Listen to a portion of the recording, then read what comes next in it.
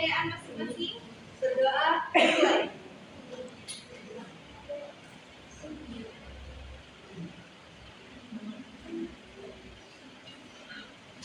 Berdoa selesai. Terima kasih kepada teman-teman yang sudah hadir pada kali ini.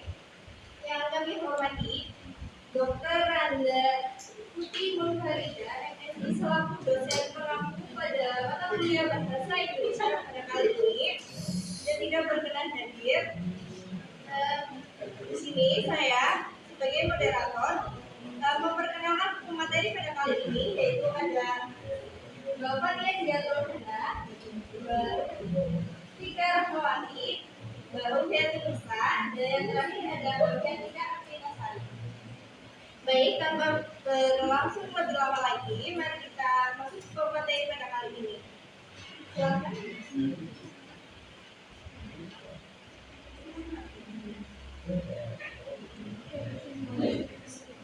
Ya, pada hari ini kita akan membahas mengenai paragraf. Paragraf sendiri itu apa sih? Ada yang tahu, teman?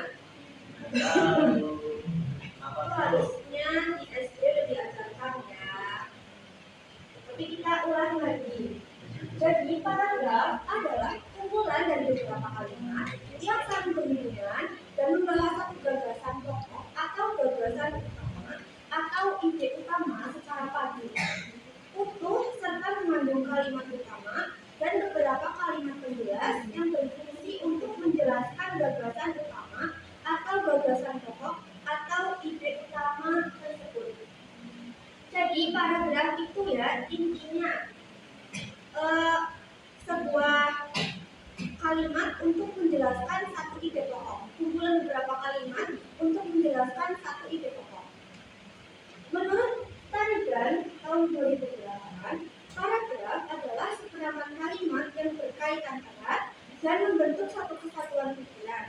Sedangkan menurut Kraft 2004, paragraf merupakan bagian karangan yang mengandung satu ide pokok yang dikembangkan. Jadi paragraf itu kita punya ide pokok nih, misal ide pokoknya bencana alam akhir ini, yang akhir-akhir ini terjadi. Dan nanti kalimat-kalimat di bawahnya itu adalah sebagai penjelasan dari ide pokok yang kita sebutkan. Lalu ada ciri-ciri paragraf yang baik. Yang pertama tentu saja memiliki ide pokok atau gagasan utama. Jadi tidak bisa disebut sebuah paragraf apabila tidak memiliki ide pokok atau gagasan utama. Yang kedua ada antar kalimat saling berhubungan atau berkaitan. Lah, kalau jadi satu paragraf, otomatis kalimat-kalimatnya itu nyambung sama ide utamanya, sama gagasan pokok utamanya. Terus disusun secara runtut dan logis. Nah, kalau kita mau membuat paragraf, itu harus urut ya, Mas Mbak. Karena kalau tidak urut nanti yang membaca itu tidak mengerti apa yang kita jelaskan. Lalu yang keempat ada menggunakan bahasa yang efektif, padu dan jelas. Jadi dalam membuat paragraf juga harus memperhatikan gaya bahasanya, terus tata bahasa Indonesianya, supaya dapat dimengerti, mudah dimengerti oleh orang-orang yang membacanya. Yang terakhir ada terdiri atas kalimat utama dan kalimat penjelas. Kalimat utama ini biasanya terletak di awal ya. Lalu kalimat penjelas itu ada di bawah. Tapi nanti akan dijelaskan ada beberapa jenis paragraf yang kalimat utamanya itu ada yang di tengah, ada yang di akhir, terus juga ada yang di bawah. Lalu ada unsur-unsur paragraf. Yang pertama itu adalah gagasan berkesinambungan. Ketiga itu belum disebut paragraf. Lalu ada kesatuan atau unity. Semua kalimat pendukung pembahasan gagasan utama.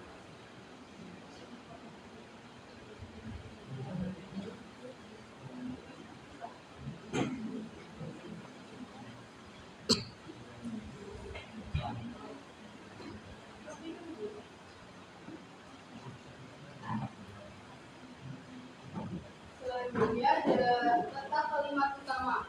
Nah, letak kalimat selalu ada di awal paragraf. Nah, ada empat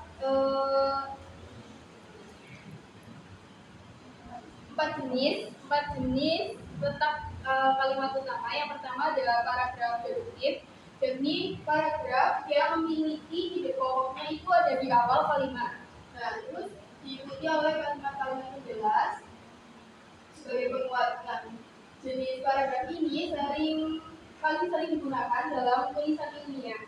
Terus yang kedua ada paragraf induktif, yakni ide pokoknya ada di akhir kalimat. Terus yang selanjutnya ada paragraf campuran.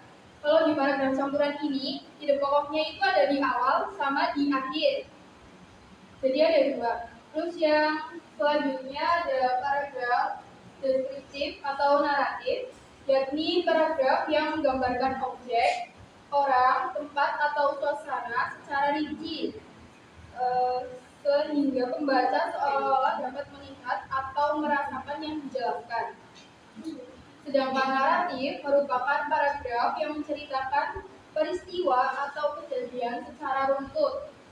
Kalau deskriptif itu kayak paragraf yang mendeskripsikan, terus kalau naratif itu yang menceritakan peristiwa. Terus selanjutnya ada jenis-jenis paragraf berdasarkan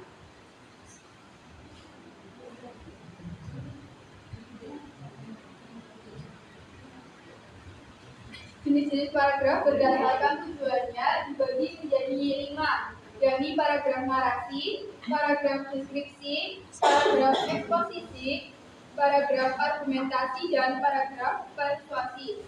Kalau narasi ini biasanya bertujuan untuk menceritakan suatu peristiwa. Kalau deskripsi itu menggambarkan objek secara rinci atau mendeskripsikan sesuatu. Kalau paragraf eksposisi biasanya berisi informasi. Terus kalau paragraf argumentasi itu biasanya menyampaikan pendapat atau argumen disertai dengan alasan-alasannya. Yang terakhir ada paragraf persuasi yang bertujuan untuk memengaruhi pembaca, misalkan ajakan atau larangan.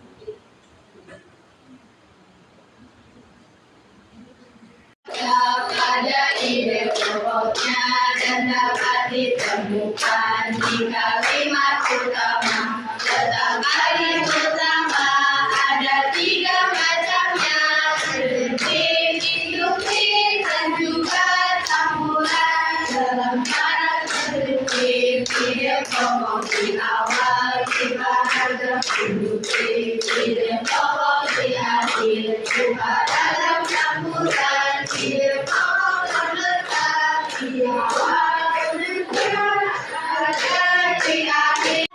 Syarat paragraf yang baik. Kita lanjut ya teman-teman.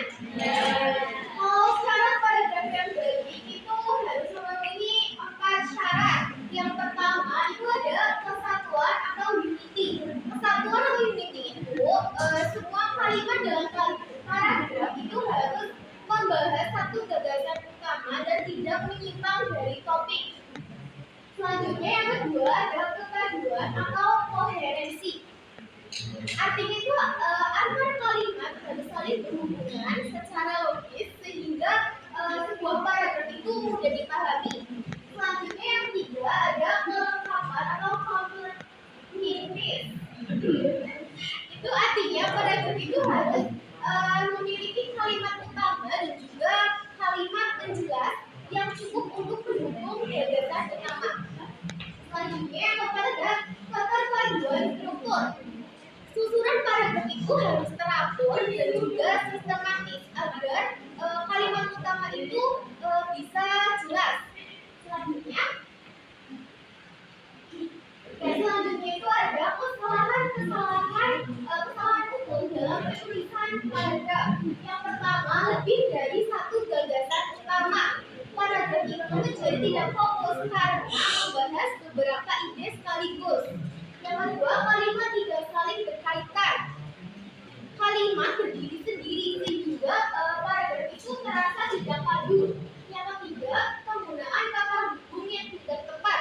Kata hubung yang salah dapat paragraf itu jadi tidak jelas. Yang keempat, paragraf terlalu panjang dan terlalu pendek. Paragraf yang terlalu panjang itu juga membuat pembaca itu menjadi mudah lelah. Sedangkan kalau misalkan terlalu pendek itu gagasan menjadi kurang jelas.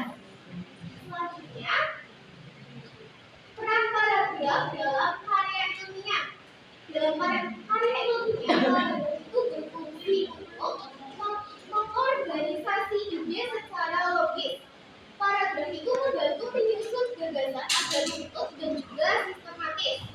Yang kedua, menjaga kejelasan argumentasi. Setiap paragraf itu memperjelas satu pokok argumen sehingga dapat dipahami. Yang ketiga, memperkuat sistematika penulisan akademik. Paragraf yang baik dalam ilmiah itu Berikutnya yaitu sesi tanya jawab. Dari semua teman-teman yang ada di sini, siapa tahu ingin bertanya lebih lanjut atau belum paham nih soal materi paragraf, boleh bertanya. Silakan. Perkenalan dulu ya. Ya, assalamualaikum warahmatullahi wabarakatuh. Waalaikumsalam warahmatullahi wabarakatuh. Perkenalkan, nama saya Nisa Faragila. Di sini izin bertanya, kapan sebaiknya menggunakan paragraf naratif daripada paragraf deskriptif? Berikan contoh kasusnya. Baiknya menggunakan paragraf deskriptif sama paragraf naratif.